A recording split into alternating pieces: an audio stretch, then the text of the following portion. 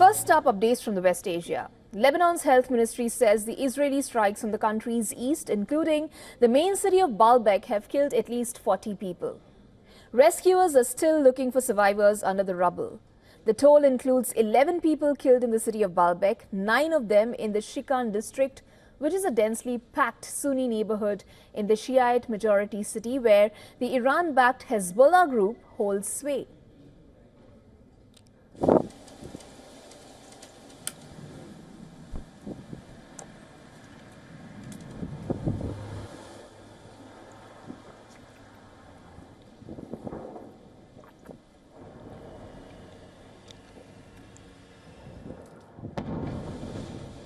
The city's famed Palmyra hotel has also been damaged in the nearby strikes.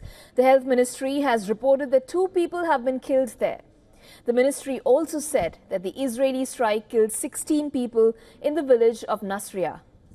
Furthermore, at least 82 people have been killed in Israeli strikes in the Syrian city of Palmyra. And the death toll is the highest due to Israeli raids on pro-Iran groups in Syria since the civil war broke out in 2011. Meanwhile, Israel's Prime Minister Benjamin Netanyahu has termed a decision by the International Criminal Court to issue a warrant to arrest him for alleged war crimes as anti-Semitic.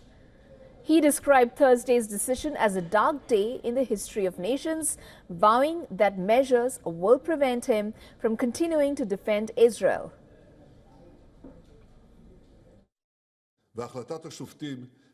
This is an anti-Semitic measure that has one goal: to deter us from exercising our natural right to defend ourselves against our enemies who rise up against us to destroy us.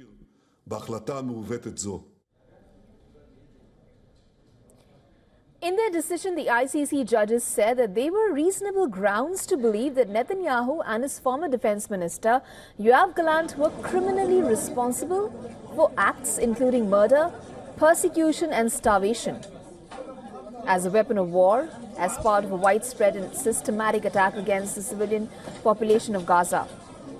The court also issued an arrest warrant for the Hamas military wing chief, Mohammed Deif, who Israel said was killed in an airstrike last July. US President Joe Biden called the International Criminal Court's arrest warrants for top Israeli leaders outrageous. In a statement, he said that the United States will always stand with Israel against threats to its security and added that there is no equivalence between Israel and the Hamas. The White House said it fundamentally rejects the calls for arrest. We fundamentally reject the court's decision to issue arrest warrants for senior Israel officials. We remain deeply concerned by the prosecutor's rush to seek arrest warrants and the troubling process errors that led to this decision. The United States has been clear that the ICC does not have jurisdiction over this matter. The International Criminal Court, based in The Hague in the Netherlands, does not have its own police force to carry out arrests, and it relies on its 124 member states for that, with only limited diplomatic means to force them if they do not want to. Netanyahu's travel to the US will remain unaffected, as both Israel and the United States are not signatories to the Rome Statute, the treaty that established the ICC. However, the UK government, as one of the court's prominent member states, will be in a difficult position if Netanyahu pays a visit. Meanwhile, Dutch Foreign Minister Casper Veldkamp has made it clear that Netanyahu will be arrested if he were to set foot on the Dutch soil. In other development, US envoy Amos Hochstein met with Israeli Defense Minister Israel Katz and the IDF chief Lieutenant General Herzi Halevi in Tel Aviv.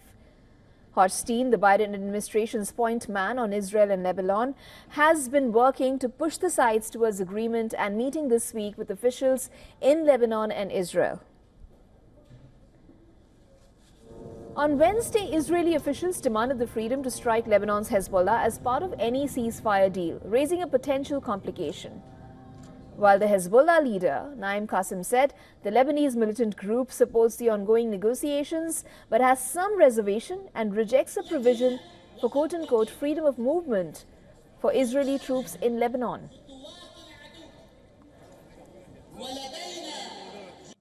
سنستمر كحزب الله في And for more on this, our correspondent Jody Cohen has sent us this report from Renana in Israel. Listen in.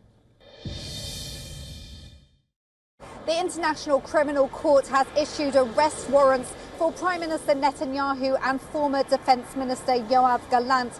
Now, these are for alleged war crimes, including murder and starvation. There is absolute outrage across the political spectrum in Israel. Some coalition members have already responded, calling the decision anti-Semitic and saying that Israel is simply defending its citizens. Members of the opposition have also been slamming the ICC decision, calling it a reward for terrorism. And President Herzog has said that this is a black day for justice and humanity. Now, this is the first time that the International Criminal Court has issued arrest warrants for leaders of democratic countries. Israel says that Hamas hides behind civilians, that Israel gives warning to civilians, and that any other country would do the same to protect their people. This is Jody Cohen for WION World is One. For all the latest news, download the WION app and subscribe to our YouTube channel.